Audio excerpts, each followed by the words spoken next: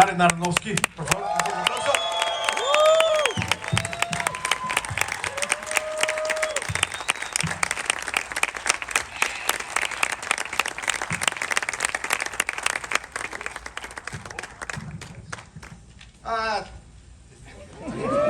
Does that make you feel rich? Go ahead. All of it. Hola, Mexico.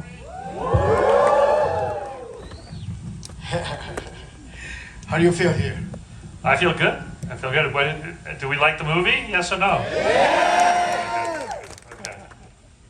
How about the closing credits? The closing credits were cool, no?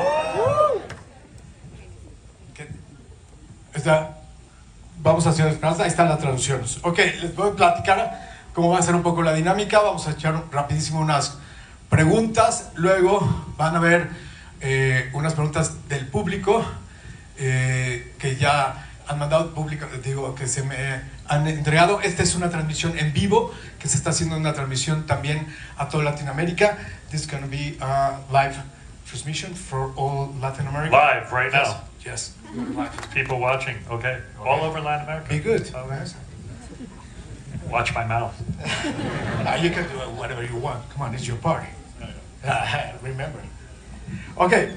First of all, well, you've been said that each of your films mark a stage on your life. You've been said that. You said it. Oh, okay. Okay.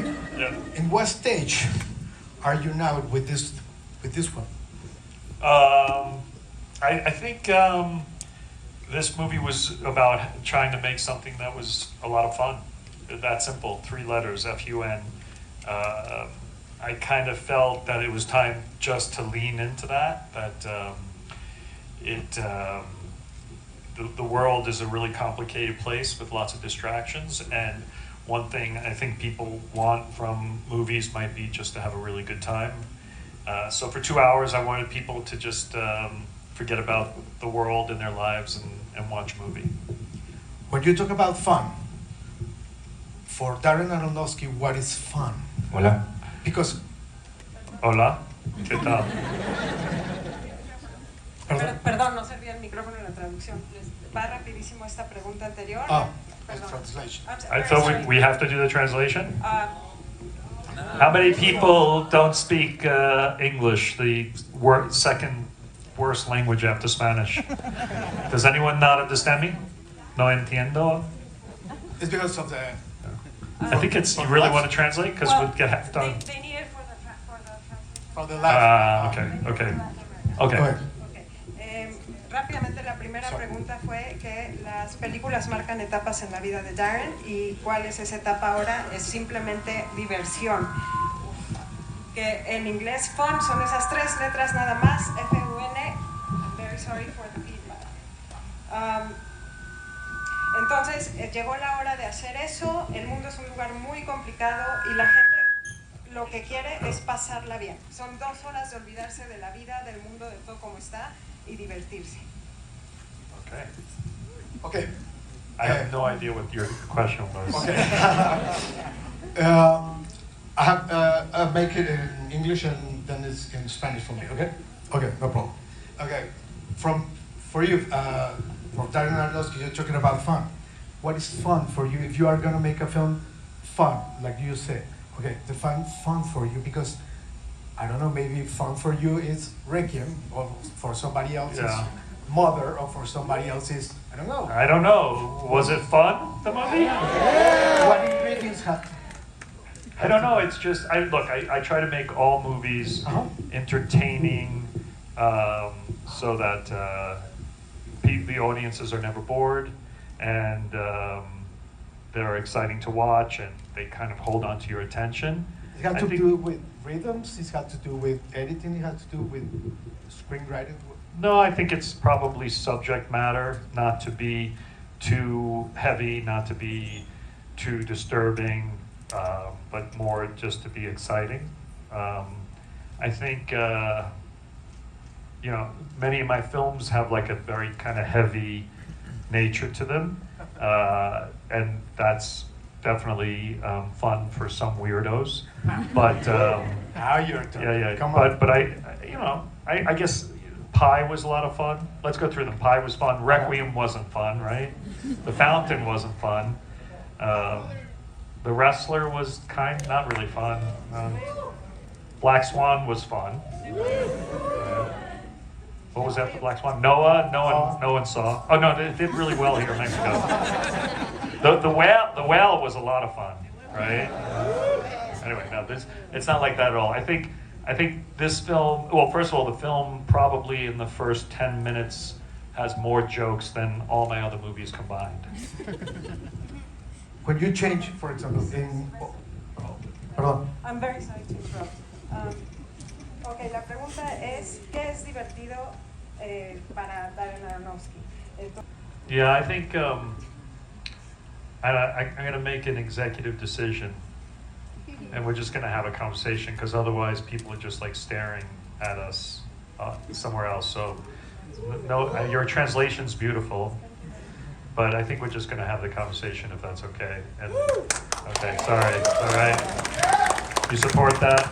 Okay, sorry. So blame Mexico. Don't blame me. Please. Thank you. Yeah. Okay. As a director, when you change genres, you often change, I don't know, Genres. Genres, yeah. I thought you said I changed genders. No, Which is a very, very different conversation. Genre, okay. Maybe we should bring her back. Okay. What did you have to change or learn or adapt in your style for making an entertainment film? Well, you know, I think every movie has its own grammar and its own language, and it's important as a filmmaker to figure that out. How the camera works, how the camera moves, a sense of how the film's going to be cut. And, you know, I don't think there was that much difference. I think what was exciting was taking a very specific genre of film, which is a crime caper. I don't think that word translates. Does that word translate? Oh, we lost the translator, sorry. But the word caper in Spanish doesn't really work, which is sort of like an action movie with some humor. I don't know how you'd say that. But to do it was like a very strict crime film. And I think my past films,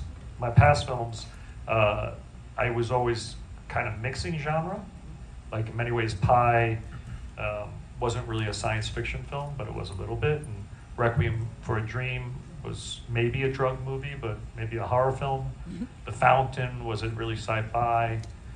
The Wrestler, like, well, The Wrestler, you know, I would say was a sports film, but ESPN would not accept it as a sports film and didn't give me an award because of that. It was upsetting.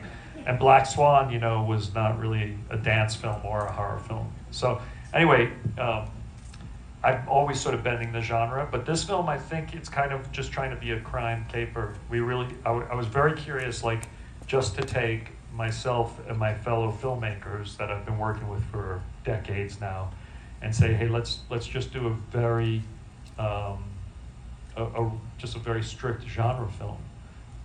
And it was fun to do that, just to bring all of the different kind of experience and craft we have as a team to bring it to life. Do you like rehearsals? Do you see as a director as a rehearsal director? I mean, yeah, sure, if you can get it. It's very hard, though, with busy actors to get that. I had Austin came to New York like very early, and we spent a lot of time together working. And I think most of the movie I got to rehearse with many of the actors, not all of it, but I used to. It's much easier when you're working with actors that aren't so busy, but these actors were all very busy, so we didn't get too much rehearsal. For some directors, the editing part are, I don't know, maybe the most difficult part in the process. For you is or painful part. For you is painful? Editing? Yes. No, editing's great. I sit on a chair and I eat popcorn. Yeah, all the time? No, not all the time, but it's not that, the making the movie is much harder. I mean, the making the movie on the set is much harder because... Much harder than writing? It's the hardest because of the time limit. And if you screw something up while you're shooting, it causes huge problems. The writing process, you have a lot of time till you get it right. It's very difficult to write, but you have a lot of time to do it. And then the editing process is, it's probably the easiest and the most exciting. I mean, even though it's painful at times, it's, it's not that expensive, so you can experiment and take your time with it. Well, parenthood, motherhood is going to be many of your films. It's a subject in many of your films. Parenthood, motherhood. Parenthood? Yes. Like which? Made by Noah. Parenthood? Parenthood. Yes, the parenthood or motherhood, the issues. In Pi? In Pi. What were the parenthood in Pi? Well, it's the first line. It's in Pi. My fatherhood. Do you remember? Yeah, but there's no parents in it. Well, is the first line in Pi? Well, talking about your mother makes it about parents? Not really. Okay, but okay. Okay, so it's always a subject in your films, or mother. Most of all, mothers. In right. this one, you have two mothers. In this one. Yes. Two mothers. Well, the Jewish mother is the character, and the second one is the mother of Hank. Yeah. In the phone. Yeah. It's a great character. Yeah. Both of them. How do you arm those characters for these films? Oh, I'm not sure it's as important as you're saying it is. Requiem for a Dream, the mother is a big character. Or Hank in this one. For Hank in this one, yeah, it's nice that he's connected to his mom. I think it was interesting that, now that everyone's, actually I don't want to talk too much about it because it's a big spoiler. Like all the people in Latin America haven't seen the movie, right? Oh, that's interesting. So I have to be careful what I say. But yeah, as you know, there's a little surprise at the end with the motherhood. So, so casting that was really interesting and a lot of fun to do. And then as the film started to evolve more and more, it became exciting to kind of change it and make it bigger because of what happened. But I can't really talk about that because I don't want to spoil the film. Let's try another question. Okay, there are three locations element that I would like to get in, and if you please talk about it. First of all, it's village. It's another character. Yeah, definitely. As we say, we call it in Spanglish in New York. We call it Loisaida, which is how they call the Lower East Side. And so even Avenue C in New York is now Loisaida Avenida. There's a huge Puerto Rican cultural history and Dominican history in that neighborhood. But it's also just such an amazing part of New York City that I've been connected to my whole life. And I spent a lot of time when I was making Pi, I spent a lot of time in the East Village back in 1998. And then when we had to recreate the East Village, it was exciting to go back to that time. New York in the 90s, I often like to talk about it as the height of humanity. Our biggest kind of worry was Y2K. The Soviet Union had collapsed a few years earlier. There was hip hop and grunge, and electronic music was starting. MDMA was legal. It was a really exciting and great time. There was, our biggest problem with our president was that he had an extramarital affair. So the world's changed a little bit. Paris Hilton was the goddess. So things were good. So I wanted to kind of I felt like people probably have a lot of FOMO about the 90s in New York. FOMO, does that translate? So it was a very special time to be alive. And when I first started working on the book, it was a big question, would we update it? Because to do a period film, it's actually pretty expensive.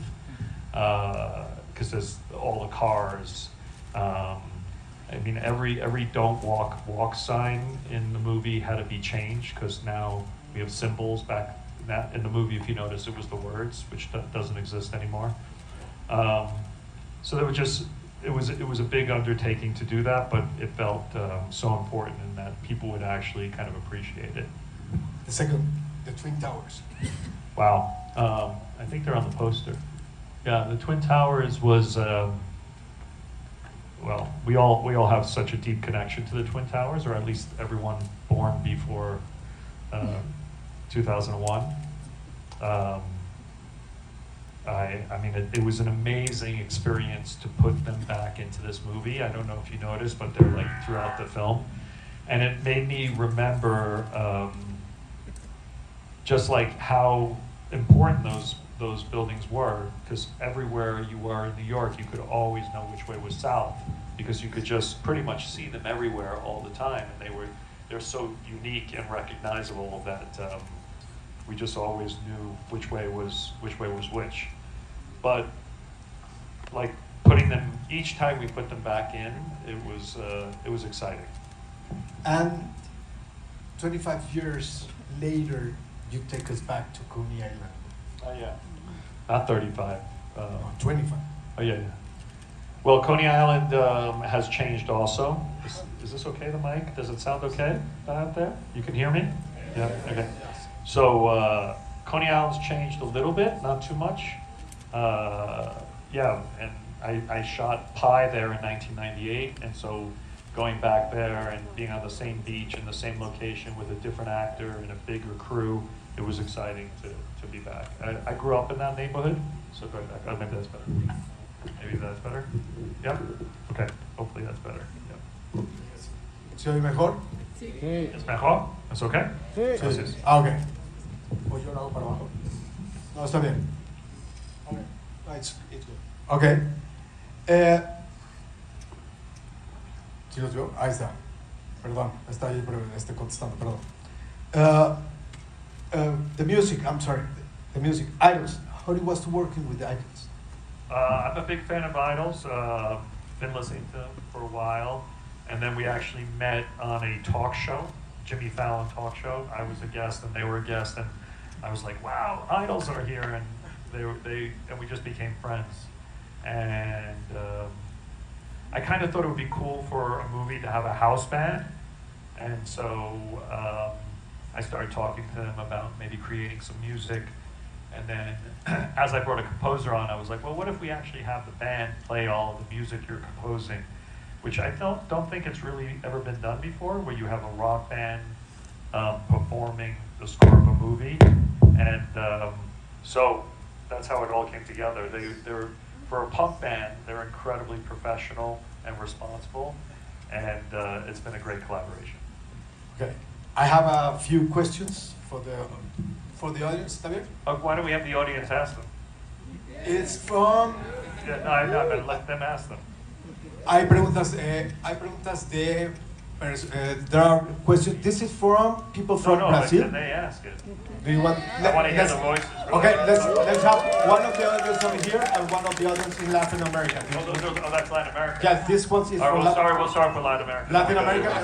Do you want una y una? ¿Les parece bien? Okay, great. ¿Les parece bien una y una? We can get a mic up there, right? So, Yes, it's okay. Okay, great. So It's where's okay. this from? One and one. This one is from Brazil. Brazil. Do you want to read? I want it in Portuguese.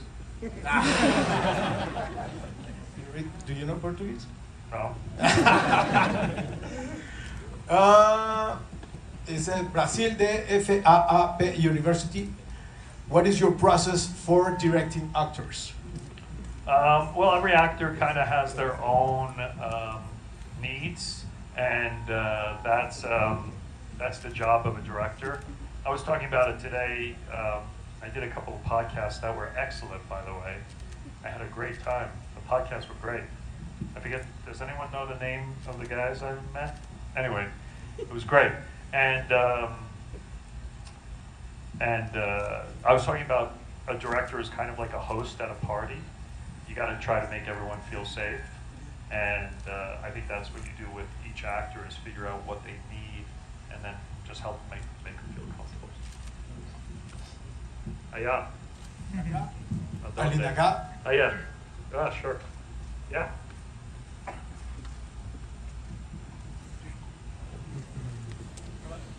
I know. Yeah, yeah, the one with the first one off. Yes, I'm pointing at you. Wave back at me. No, you're not with. No, not you. To the right. No. Yeah, you. Yes. Yes. Yeah. Yes. She was the first one to raise her hand. You can stand up. Oh yeah, that's good. Okay. Okay, there we go. All right. Hola. Hola! Hi Darren, first of all I want to say you're my favorite director. Oh, thank you. I am an actor and I'd like to ask you what qualities or elements do you looking for in an actor or actress that make you want to include it in one of your projects? And before we wrap up, I brought my Black Swan Blu-ray. It's my favorite movie and it will be an honor if you could sign it for me. That probably won't happen, but I'll answer your question. It's okay. So I mean, look, I'm not looking for anything. I'm just looking for the right actor at the right time. A lot of the movies I do, they're often very challenging roles, and a lot of actors can do them, but you have to find the actor who at that moment wants to take on something that challenging. On the way here, I caught up with Mickey Rourke, who I haven't talked to in a while, and it was an amazing conversation. He's hilarious. But it was the exact right time for him to do The Wrestler. I don't even think he could do it now. He wouldn't be willing enough to do it. But sometimes you just have to find the right actor at the right time. And I don't know if it's anything specific about them. It's just, it sort of matches up. I mean, Brendan Fraser is a perfect example. I had the Whale script for 10 years, and the script didn't change for 10 years. But I didn't make it because I couldn't figure out what actor should play it. When I thought about movie stars, like a Matt Damon who could have done it, who's a great actor, I felt like audiences wouldn't really accept the makeup because they'd be like they would think about where the man is and where the makeup is. But when I thought about Brendan Fraser, people hadn't seen him for such a long time, yet they still were able to connect with his soul in a certain way that it was the perfect actor at the perfect time. Okay. México, from Mexico. También. Okay. Fuera de foco, Beca Salas dice, bueno, número 1 dice, says, está larga. You are a very meticulous director and many of your films explore the obsession of control, but cut it still, and you are making a movie about how it is impossible to have control in our lives. How has your experience and evolution as director drew you to make a film that simply contradicts a lot of the philosophy you have infused your movies with? That's someone who hasn't seen the movie, huh? I don't know. I mean, I don't think, I don't know. I was able very easily to connect with Hank Thompson in this movie. It's a character that is able to get up every time he gets beaten down, and but keeps making mistakes, but he ultimately has a really good soul. So I don't think it was anything, I don't think I go in with like an intention like that. For me, it's just a good story. And this had a really fantastic story with all of these fantastic characters and an incredible setting, and that was the reason I decided to make it. Okay. Yeah. The guy with the mustache. Yeah, you, yeah. Pablo Pascal.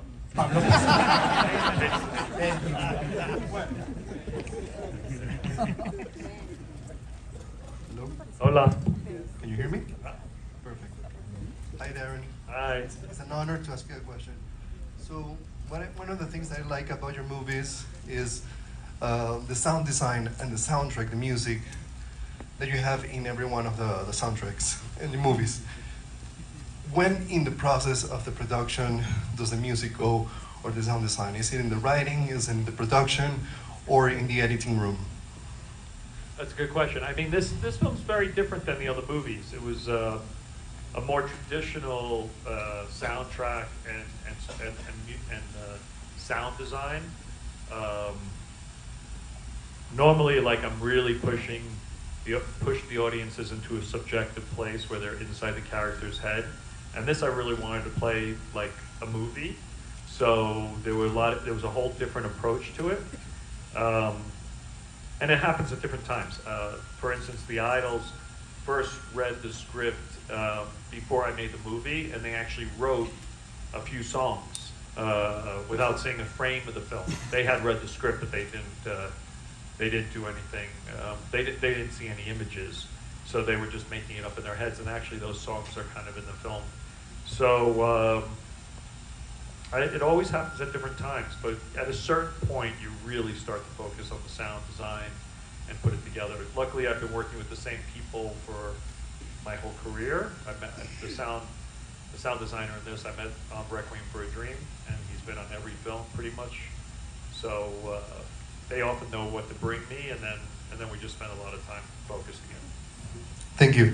You're welcome. From Colombia. Okay. Let me ask you, your crew, the people who work with you, are also having the same fun with you? I hope so. I mean, you know, the reality is I make a film once every 2 years, so it's an exciting thing when I get to do it. What blows me away about lots of these crews is that they go from film to film to film. It's a pretty exhausting job to be a crew member, and it blows my mind because when I finish a movie, I am so exhausted that I can't even imagine. And then a lot of people, like on Monday, are starting a new movie for another 6 months, and it drives me crazy to think how they can do that mentally. I wouldn't be able to do it. So I hope they have fun. I think, you know, lots of crew members come back and everyone feels like a family. So, but I don't know if it's really as special to them as it is to me, to be honest. Okay, from Colombia. Christian Murcia, it says, what message would you like to get stuck on the minds of the people who watch the movie, and how would you want the message to impact their lives? F-U-N, fun. Okay, fun. Next question. Guy with two hands in the orange. Yes, you, sir. Well, wait for the mic, because I think they have to hear you in Brazil. Ahí va, que esperes el micrófono. Nope. No. Ahí va, préndelo.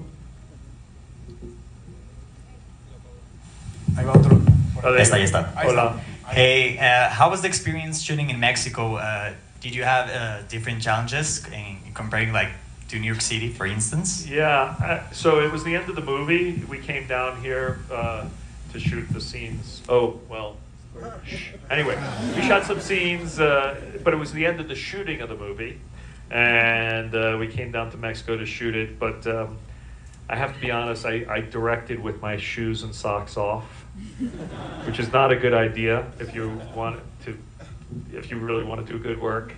You know, the ocean was right there, and I was sort of like, okay, it's 4 o'clock, I think we're done.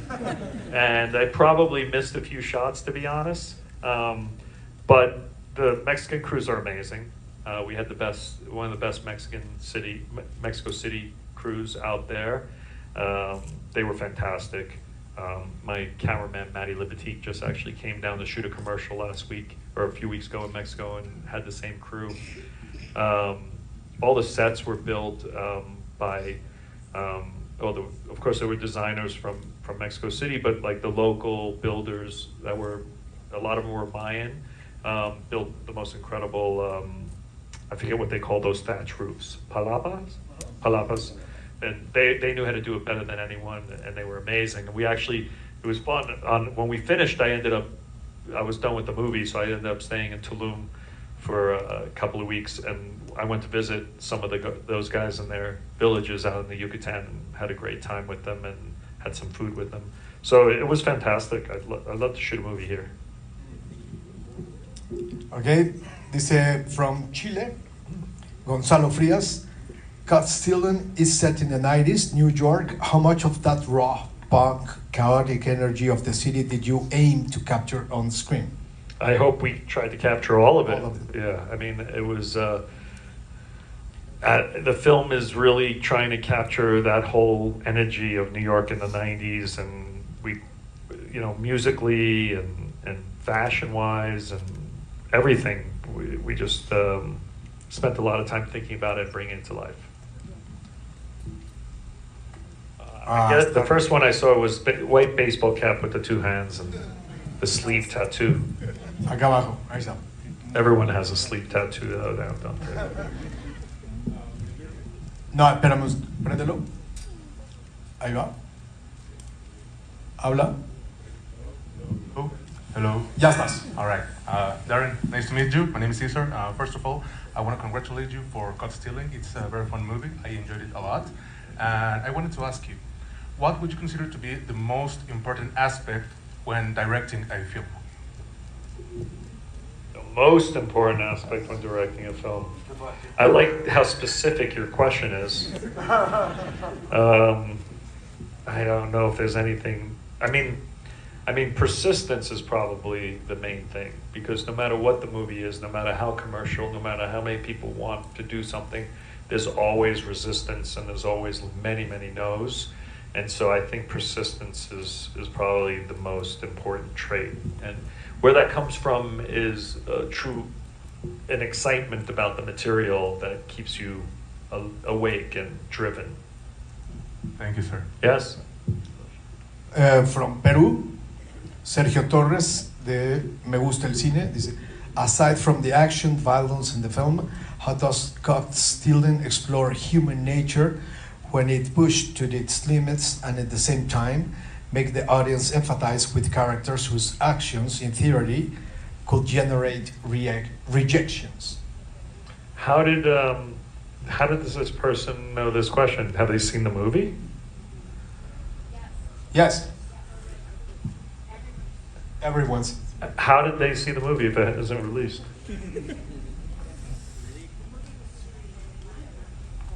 Oh, it was? Okay. Great. How does Don't Caught kill Stealing the explore message. human nature when it's pushed to its limits and at the same time making the audience empathize with it? I mean, I think the question's a weird question because it kind of answers itself. But yes, I mean, Austin's character is very flawed and creates a lot of, he creates a lot of his own problems. But I think that's kind of true for so many people, is we do create our own problems. And it's kind of about, like, if you get up, and that's kind of what is great about Austin and his character, is he's just always kind of pushing forward, even though terrible things keep happening to him. Hasta arriba. ¿Quieres over there? Until the end? Ah, Well, I like the person with the light. you with the light. ¿Quién está con el teléfono? Hasta arriba. Sí, que lo está haciendo así. ¿Quién es? ¿Te puedes levantar, por favor? For being original.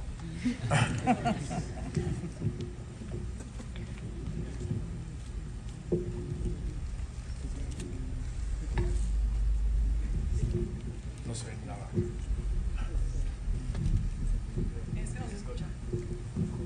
Hi, hola. Okay. So I don't have a very pretentious question. I wish I did.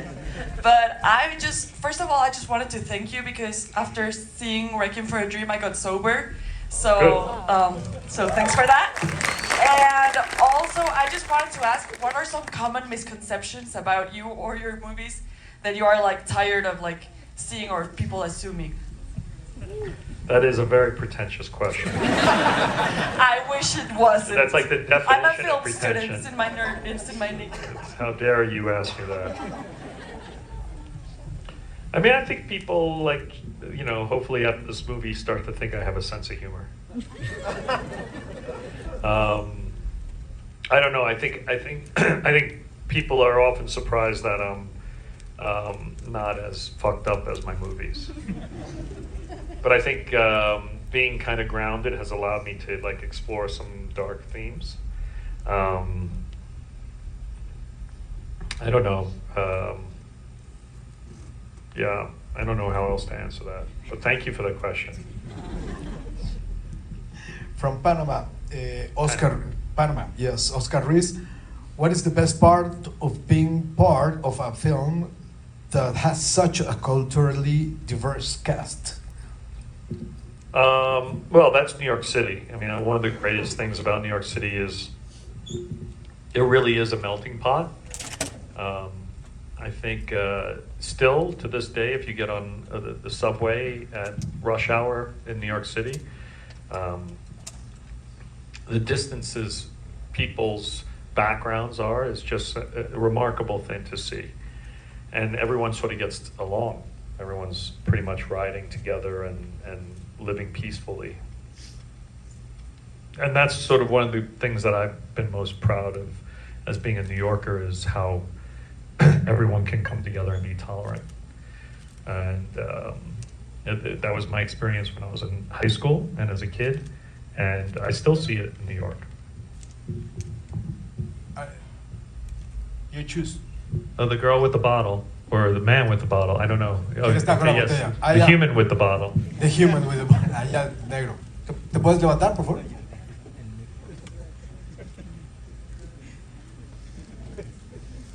You gotta figure it out. You gotta figure it out.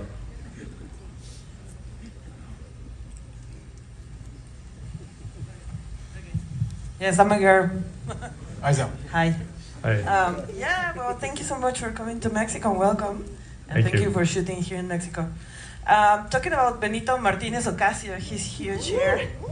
And as you say, you look for the best actors at the right moment. So what will be the feature that you like most about him as an actor? Well, he wanted to act. That was pretty big.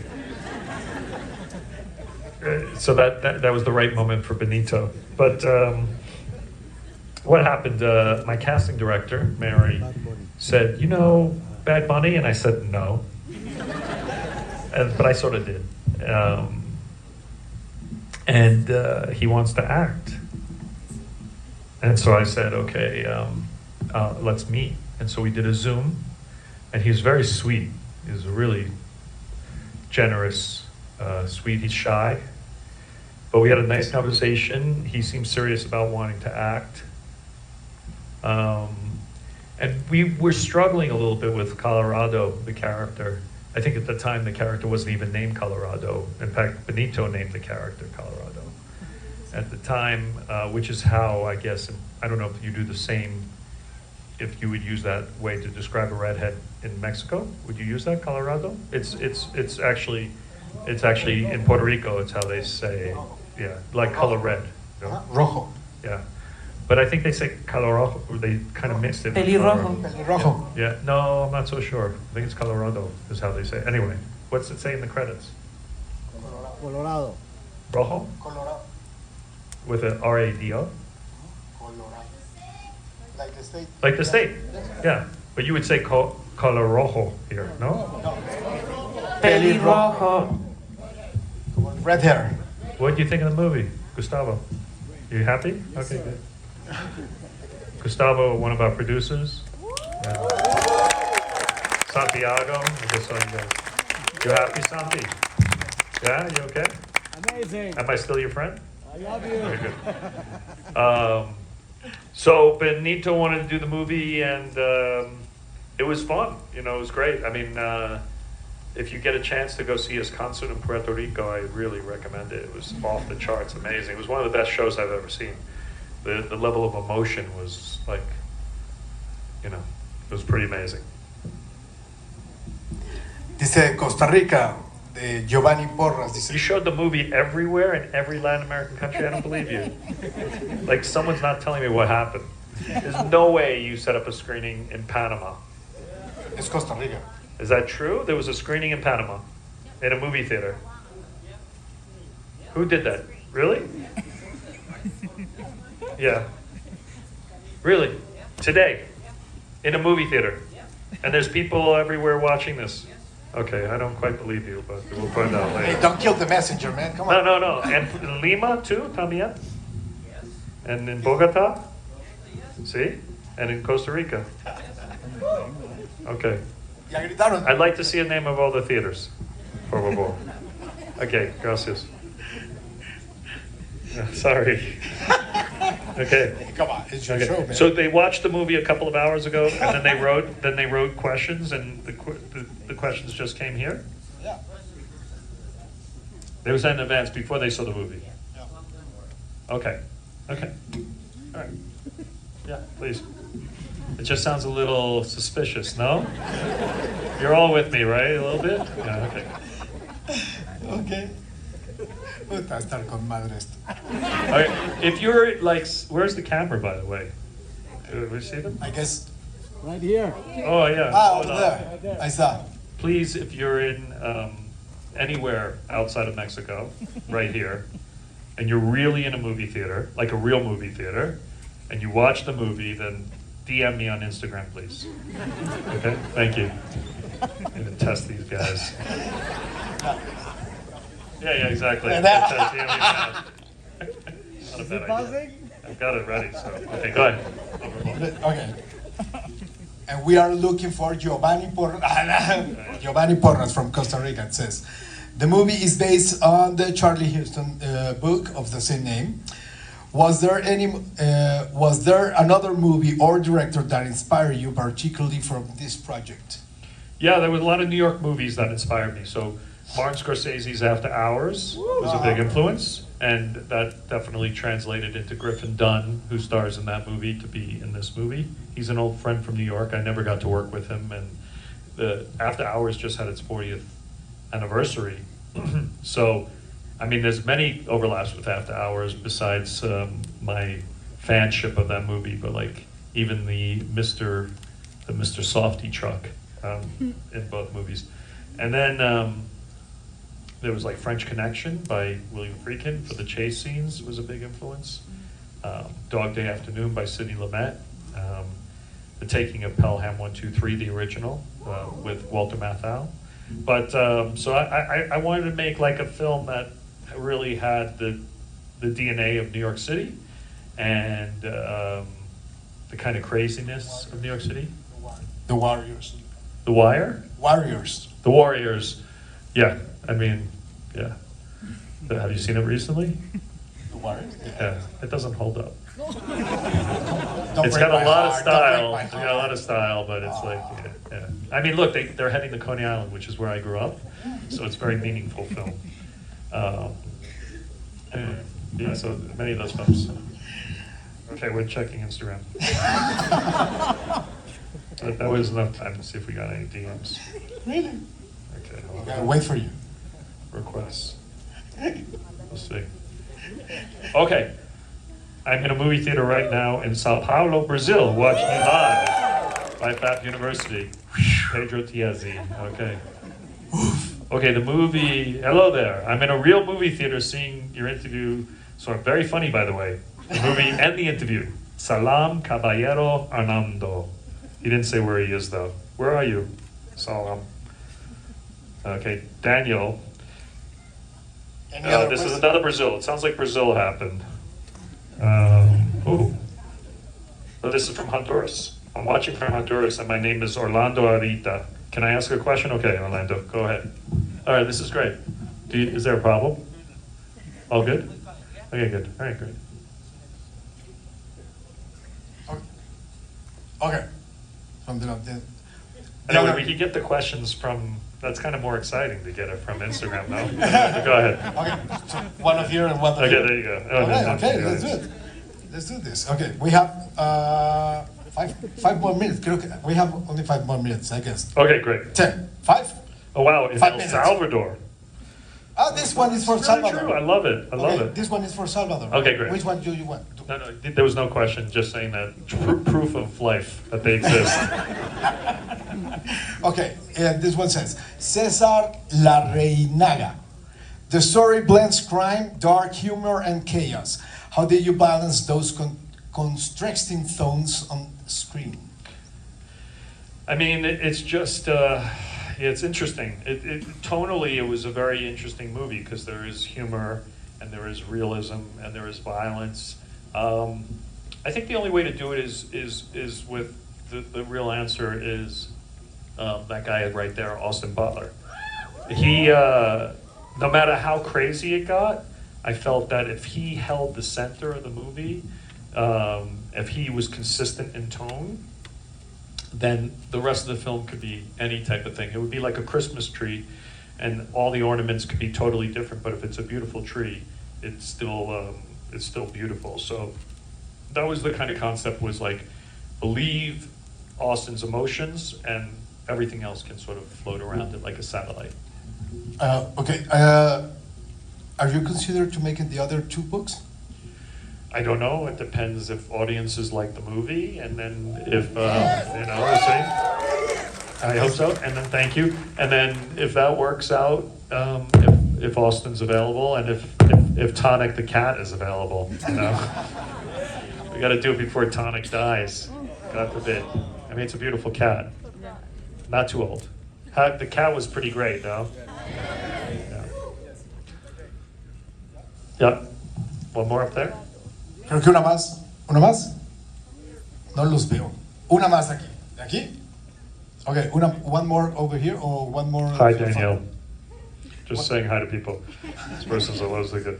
Any questions from these people? All right, that's in Spanish. I can't read that one. Okay. Okay, with the white shirt. Yeah, you. Yes. Hola. Yes, sí. Get a mic to this guy. Stand up for us. Gracias. Okay, nada más recordarles... Yeah, we get this guy getting a question here. Which one? This guy right here. Ok, ahí está. Nada más recordarles, bueno, sí, obviamente ya lo dijo Darren. I do want to take a moment, though, before we end, to thank the. I mean, is it one Latin American distributor, or is it several? Is it all Sony that's doing this? How does it work? Yes.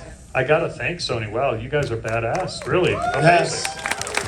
Bueno, de verdad ya se estrena en toda Latinoamérica. I truly came into this blind, not understanding that this was happening around. So the communication to me was really poor. The execution to pull this off and to have people all over the continent seeing it all at once. Thank you very much. It's a beautiful gift. So thank you, Sony. Por favor, señor. Thank you. Hi, my name is Santiago. Last question, so make it good. Of course, yeah. Well, I'm gonna try to do it the best as possible, you know. I was going to ask you, how do you, as an artist, adapt to this shark-filled world of an industry? Like, I just finished college in film, and I'm very nervous, and I don't know what's the next step.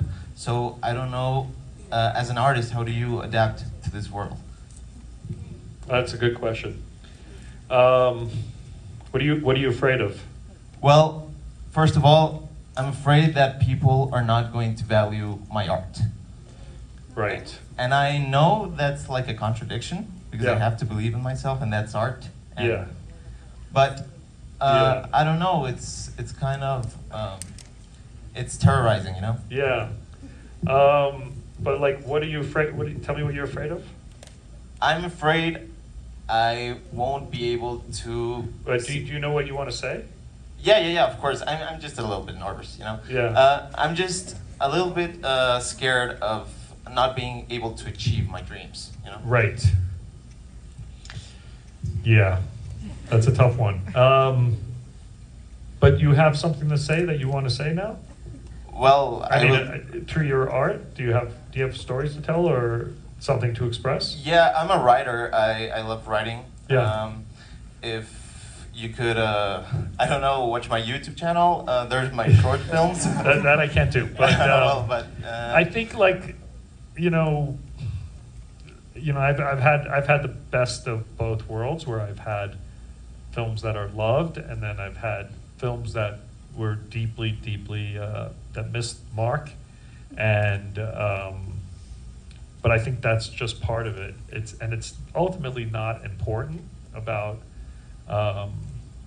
if it works or not. The most important is like that your voice gets into the world and as much as you can. So I think you focus on that and not focus on, you'll be blessed if people start reacting to your work and speaking about it. But the only way to actually do it is to finish stuff and to keep putting it into the world. And as far as like what you should put into the world, it's like The more truthful you can be to yourself for stuff that you want to express, the more likely is that that's deeply human. If you try to like please someone with a certain type of idea that you think other people will like, it mostly won't work. It's got to go back to what you, through your lens, thinks is interesting, and then bring that out into the world. Thank you. Thank you a lot. Yeah, well, thank you very much, Mexico. Look, the most important thing is please spread the word and tell people how much you love the movie, if you can, and come back and see us again when we open up in August. Lots of love. Thank you, Mexico. Thank you, Latin America. Thank you, thank you, thank you.